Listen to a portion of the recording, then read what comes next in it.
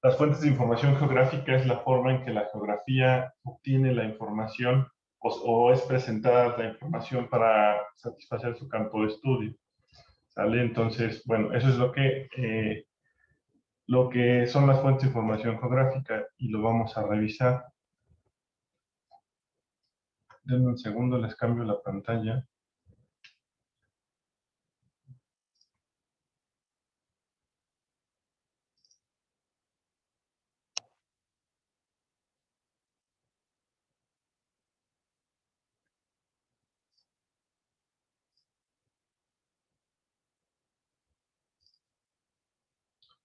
Bien, ¿ya se ve el cuadro, chicos? Ya, Ya. profe. Gracias. Este cuadro lo subí al Drive, les compartí el link y también lo puse por ahí en su guía. Tal vez en la guía no se aprecia tanto porque pues lo tuve que convertir para que lo pudiéramos subir a su guía. Pero bueno, si requiere alguien el link, está en su guía y lo subí a la carpeta de Drive. ¿Sale? Aquí este cuadro nos maneja el tema como fuentes y procedimientos en geografía. ¿Sale? Lo vamos a analizar porque nos da las generalidades que ocupamos para nuestro tema. ¿Sale? Primero les decía, la información geográfica pues es el cúmulo de datos. Cuando hablamos de información, forzosamente hablamos de datos. El cúmulo de datos que la geografía utiliza para satisfacer su campo de estudio, eso es lo que llamamos información geográfica. Y las fuentes es la forma en que está presentada esta información. ¿Sale? Para ello hay dos tipos de fuentes. La primera es la directa o primaria y la segunda la indirecta o secundaria. ¿Cuál es la directa o primaria? Pues la que el investigador o geógrafo la tiene de primera mano y tiene acceso directamente a esta información. ¿De qué forma? A través de la observación y esta a su vez puede ser de dos formas, ¿no? La observación de campo es, digamos que la forma más directa de información en la cual el geógrafo o investigador puede llegar a percibir directamente a través de sus sentidos dicha información, ¿no? Y a través de encuestas sería, digamos, por ejemplo, cuando hacen un censo de población, el INEGI, y lo vamos a ver un poquito más adelante, pero el INEGI hace una serie de encuestas y preguntas en los domicilios y pasa casa por casa para conocer el estatus, digamos, entre comillas, social de la población, ¿no? Económico, social y demás. Entonces, ese tipo de encuestas es una forma también de obtener información directamente en el campo, pero no la percibe el investigador, digamos, no la puede observar en el campo, sino tiene que recurrir a interrogatorios a otras personas para ello. Las fuentes indirectas o secundarias dice que el geógrafo solamente es usuario, es decir, alguien más desarrolló, realizó estas dichas fuentes, alguien más presentó esta información y el geógrafo únicamente las va a consultar, ¿sale? Por ahí está como ejemplo cartografía, gráficas, estadísticas, escritos visuales y audiovisuales, ¿no? Entonces, bueno, la diferencia obviamente es cuando yo puedo tener acceso directo a la información y cerciorarme yo mismo por mis sentidos, y la otra es cuando alguien ya la hizo, o si me vale en esta expresión coloquial, alguien ya armó esta información y yo solamente la consulto.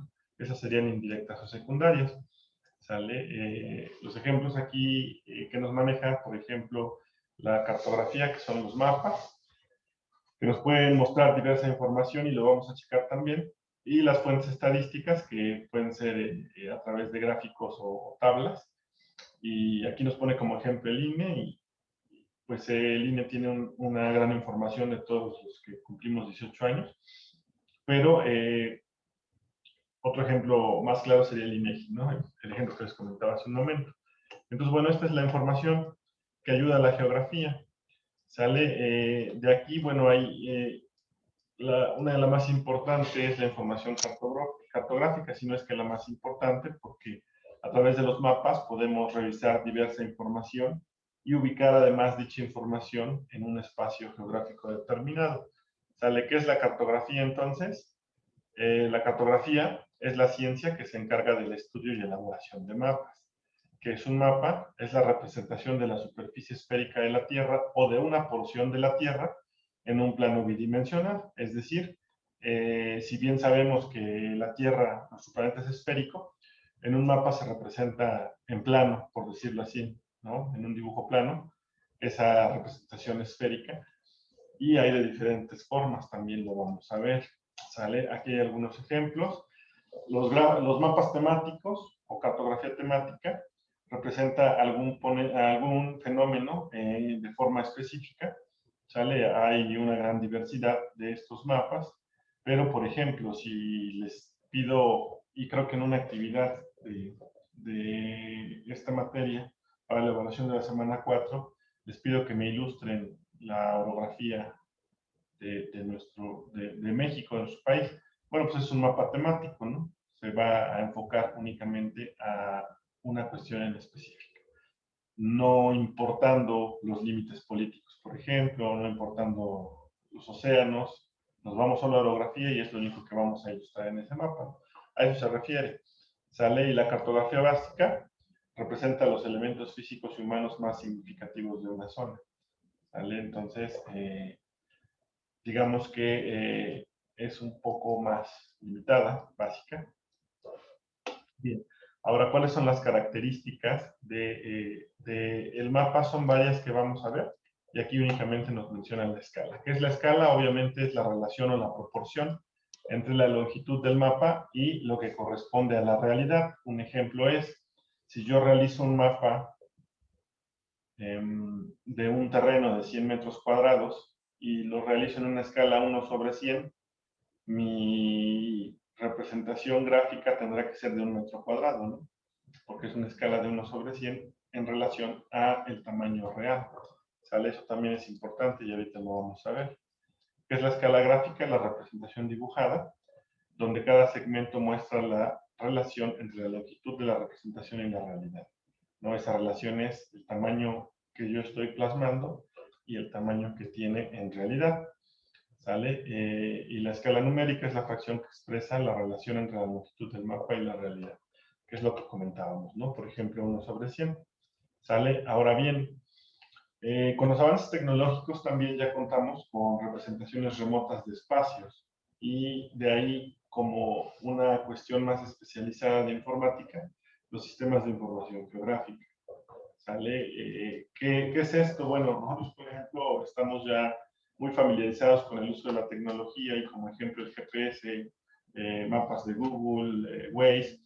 Todas estas son representaciones remotas de un espacio que ocupamos al momento y podemos verlo incluso en Waze en tiempo real, tráfico y demás, ¿no? Entonces, bueno, todo esto facilita, por supuesto, la ubicación geográfica. ¿En qué forma? No es lo mismo que yo los invite a mi fiesta de cumpleaños y les realice un croquis por ahí medio chueco de cómo tienen que llegar, a que les comparta mis coordenadas geográficas vía WhatsApp y ustedes generen una ruta en tiempo real a través de un sistema de información geográfica, ¿verdad? Entonces, bueno, a eso se refiere. Dentro de estos, pues hay diferentes, ¿no? Los sistemas, les decía, ya es una cuestión informática, pero para la elaboración de estas fuentes remotas utilizamos, en primera instancia se usaba y todavía se utiliza, pero ya un poco menos con las imágenes satelitales, las fotografías aéreas, que son fotografías tomadas desde arriba. Obviamente, si yo me paro en un terreno muy grande y lo veo parado en la tierra, no lo voy a apreciar de la misma forma que si yo me elevara y desde el cielo tomara yo una foto. Obviamente se aprecia otro tipo de detalles. Esa es la fotografía aérea. Y la ortofoto, que es una presentación fotográfica de una zona, dice que en ella todos los elementos presentan la misma escala, libre de errores y deformaciones, con la misma validez de un plano cartográfico, ¿no? Es decir, como una fotografía que en esa imagen nos va a generar un plano, sin trazos, por decirlo de alguna forma.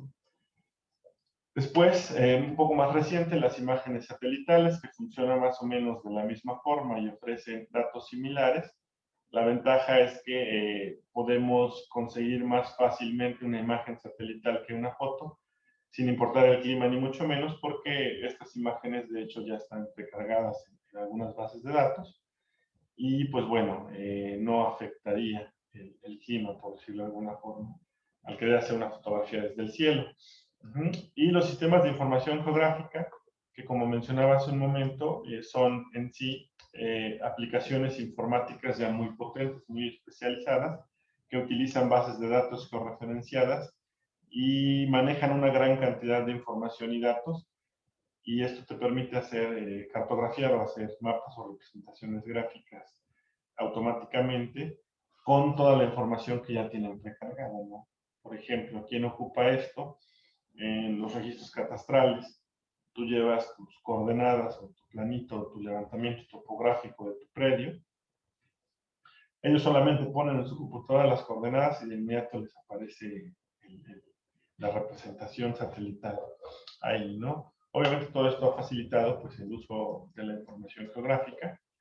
Y bueno, aquí hay un ejemplo, ¿no?, de un sistema que se llama Navarro, que es, pues, se ocupa, como les comentaba, ¿no?, para esto, para realizar cartografía, podemos decir que prácticamente al instante, solamente con las coordenadas geográficas. ¿Vale? Si hasta aquí hay alguna duda, háganmelo saber. De todos modos, esto solamente es contextualizarnos. Vamos a ver un poquito más a profundidad las fuentes de información geográfica. Bien, si no hay dudas, continuamos. Entonces les decía, ¿cómo nos ubicamos en el espacio y en el inmenso planeta que habitamos, que es el planeta Tierra? Obviamente sería difícil decir el punto exacto en la superficie terrestre donde estoy parado, ¿no? Y bueno, para ello, pues hay que desglosar en diferentes formas la cartografía, ¿sale? Dice que para poder ubicarnos de forma práctica y rápida, hacemos uso de las fuentes de información geográfica que proporcionan recursos precisos de orientación. Dichos recursos permiten establecer la ubicación de fenómenos geográficos que ocurren en nuestro planeta, de fenómenos geográficos o de personas, ¿no? En el ejemplo que poníamos del GPS. Bien, ¿cómo podemos ubicarnos en el planeta Tierra? Bueno, se requiere hacer el desglose de la información en diferentes formas. El primero de ellos es ubicar los puntos o polos geográficos, polo norte y polo sur, como los conocemos comúnmente. ¿Estos qué son? Pues son trazos imaginarios que realiza la misma Tierra al girar sobre su propio eje. ¿Sale? Únicamente fíjense en el punto, de momento no en las varitas imaginarias que se encuentran aquí, sino simplemente en el punto. ¿Sale? Estos puntos se conocen como polos y se forman en el descubrimiento de rotación de la Tierra. Es, digamos, sobre los puntos que está girando la Tierra sobre su propio eje. Ahorita vamos a ver por qué esto es importante para la localización. Bien, también tenemos líneas y círculos. Las líneas imaginarias que atraviesan la Tierra y están aquí como en rosito morado, disculpen mi daltonismo, esa línea es imaginaria, por supuesto, y atraviesa la Tierra exactamente por el centro, como si fuese una banderilla, ¿no?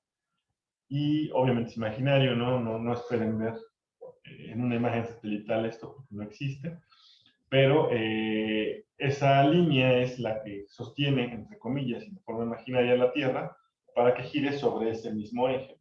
Y eso es lo que se conoce como eje terrestre. ¿Sale? Otra línea muy importante circular sobre la Tierra es el ecuador. El ecuador es esta línea verde que se aprecia en la segunda imagen. Y el ecuador divide a la Tierra exactamente en dos. Es decir, pasa al centro de la Tierra y la divide en dos partes. ¿Vale? Ahorita vamos a ver en qué partes. Bien, los paralelos son círculos menores que el ecuador. Obviamente el ecuador al estar en el centro es la parte más larga, por decirlo así. Por lo tanto, los otros círculos que se forman hacia arriba y hacia abajo del ecuador son más pequeños, pero se llaman paralelos porque precisamente están trazados de forma paralela al ecuador. ¿Sale? Y los meridianos también son semicírculos, pero estos son semicírculos perpendiculares y al ecuador y son extendidos de polo a polo. El principal de los meridianos es el meridiano de Greenwich o meridiano cero. Ahorita vamos a ver por qué también en la siguiente diapositiva, ¿sale? Pero solamente para irnos contextualizando, ¿sale? ¿Qué son las coordenadas geográficas? Lo mencionábamos hace un momento.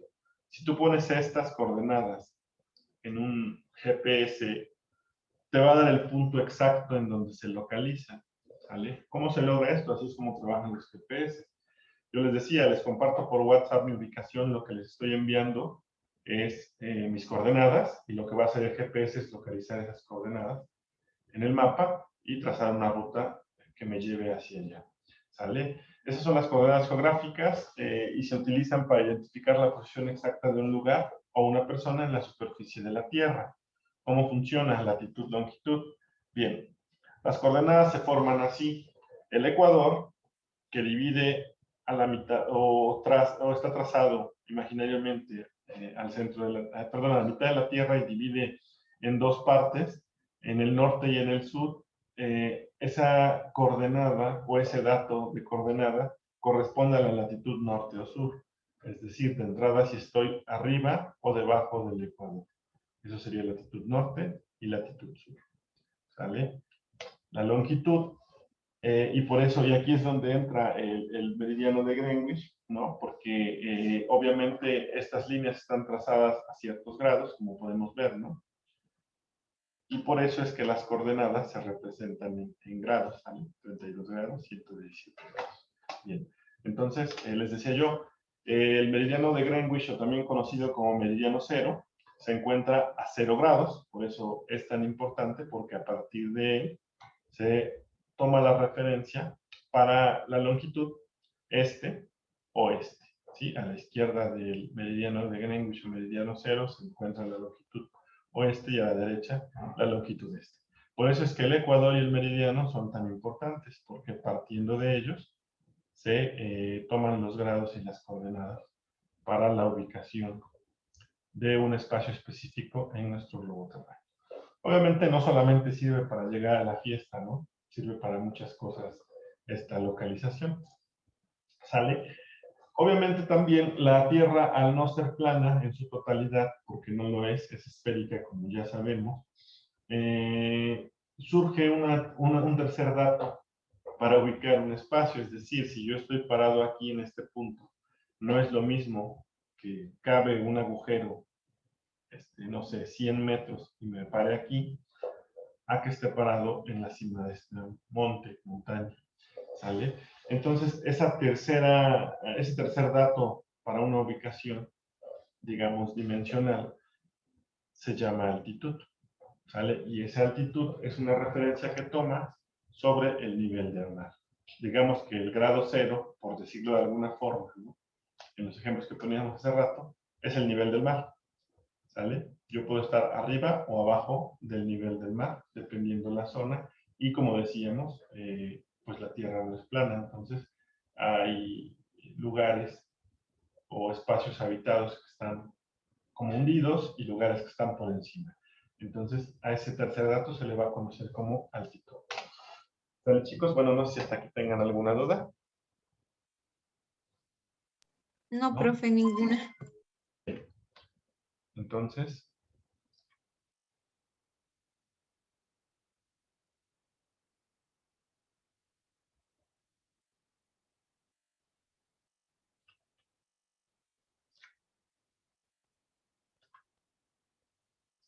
bien, entonces para finalizar, este tipo de ubicación es la que se ocupa para realizar muchas cosas, como les decía.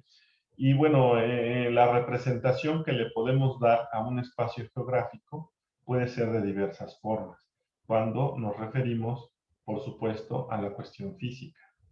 Recuerden que los elementos del espacio geográfico no solamente son físicos, sino vienen los otros en los que interviene, o más bien la interacción que tiene el hombre con el espacio físico forma otros elementos del espacio geográfico, como vimos, político, cultural, natural, económico.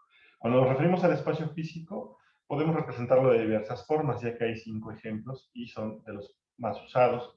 De todos ellos, el mapa es el más, ¿sale? Y lo vamos a ver más a detalle. Pero bien, un croquis, digamos que es un boceto, un dibujo simple ¿sale?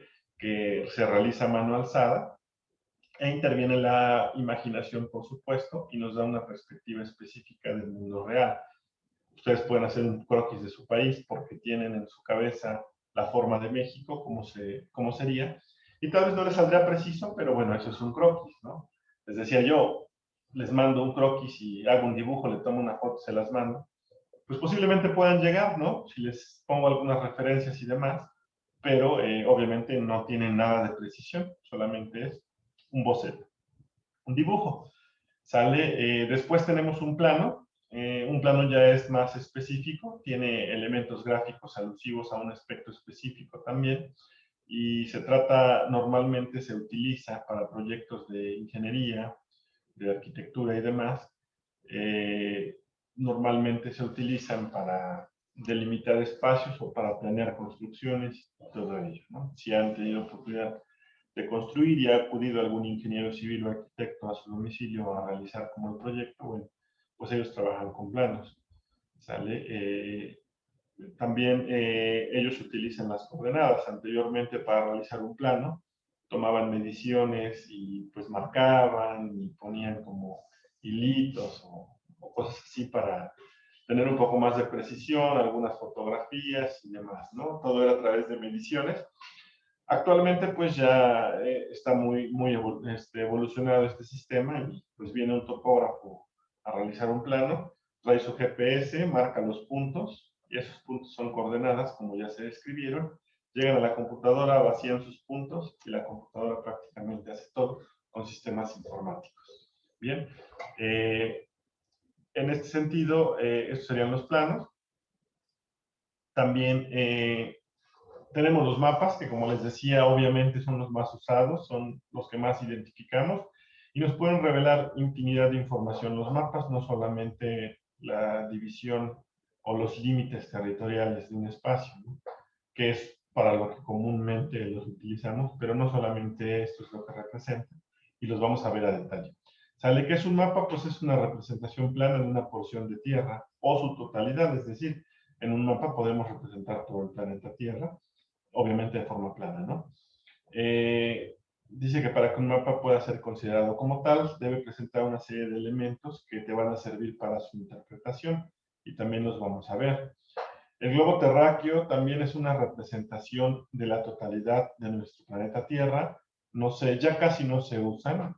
Cuando yo estaba estudiando eran mucho más comunes. El globo terráqueo tiene una base y trae un poco los grados en un semicírculo y su eje y gira, ¿no? Es una esfera completamente. De hecho, está muy padre. Ese globo terráqueo es el planeta esférico y pues viene alguna información en todo este planeta, ¿no? No sé si les tocó todavía verlos, pero pues era muy padre y muy útil en su momento. Ahora pues ya la mayoría es tecnología, ¿sale? Y también la proyección. También es conocida como proyección cartográfica, si bien también son mapas o representaciones de porciones de tierra en, en, en una, en una representación plana, igual que los mapas. La diferencia es que esta proyección cartográfica no está solo en dos dimensiones como los mapas, sino realizan precisamente esa proyección para que se aprecie más de una dimensión y te permita ver algunos puntos curvos o esféricos de la Tierra.